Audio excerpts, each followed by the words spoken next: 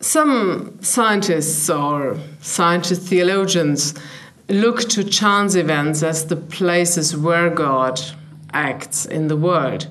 And probably this is the case because chance events do not allow for a scientific explanation, or chance is something which happens without a cause, or at least without a complete cause.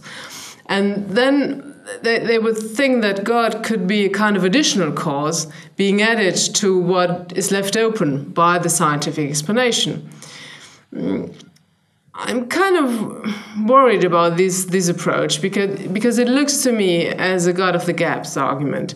Even if these are, say, principled gaps, for example, in quantum mechanics, the causal explanation is not complete, and there will be, at least if quantum mechanics is true, we will not be able to find any additional scientific explanation to fill in this gap. So, but nevertheless, I think it's wrong to look for these kind of gaps and then try to fit in God's action in the world. Because first of all, God is the creator, and He is at the origin of all natural order.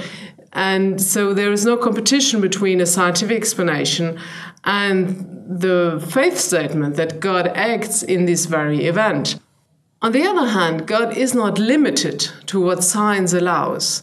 So if science states a certain law, for example, this doesn't mean that God has always to be in accordance with this law. So even if the natural order comes from God, He's not limited by this natural order. And He can go beyond the natural order. He can perform things which would not come about by just the natural order and what things normally do in this world.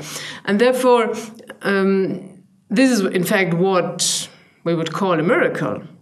And therefore, it's not necessary to look for these kind of chance events and then say, okay, this is the place where God acts, because God is not limited to this part. He certainly acts there, but He acts everywhere. So He acts in the chance events, He acts in what you can explain scientifically, and He can even go beyond what science normally would need us to expect.